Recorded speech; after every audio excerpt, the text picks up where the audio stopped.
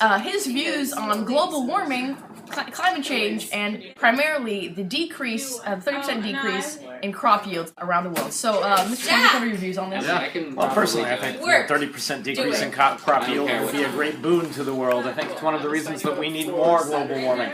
You'll see the obesity rate decrease considerably. I have been on a diet for almost 4 years, and I've lost 2 pounds, which would be okay, except for that I gained like another 8, all because of the readily available crops. Sometimes I just go feed in the field like a cow. And now, finally, I'm going to be able to stick to that diet and maybe eat something other than Diet Coke and Twinkies. Acidification of the ocean is great, because basically what you're doing is you're carbonating the ocean, so it's like one giant Diet Coke.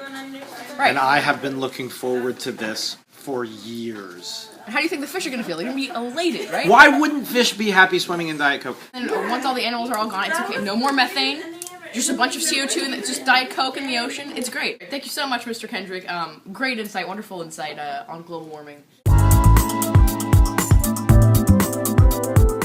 So we also have Mr. Leffler today. We're interviewing him about his thoughts on climate change, particularly pertaining to global health, human health, animal health, just the health stuff. So, Mr. Leffler, what do you have to say about pollution and human health? Human health in general is overrated. I think that people are all concerned about it when really it's just kind of a form of evolution, right? If you can handle what the environment throws at you, you deserve to live. And if you can't, I'm so sorry, but it's time for you to go. What would you say will be the effects on respiratory systems of the people? Respiratory systems of the people. So what I hear some people saying is that, if there's a lot of pollution, then, like, their allergies get worse. But once again, like, if you can't handle the air, then stop breathing. And if people are sneezing and coughing a lot, it's actually, to cough, you have to flex, so it's going to improve the physique of people. And if you're coughing a lot, you can't eat, cinnamon rolls all day long, so people are going to be svelte. I think, really, we're looking towards a generally more attractive populace, the worse the air quality.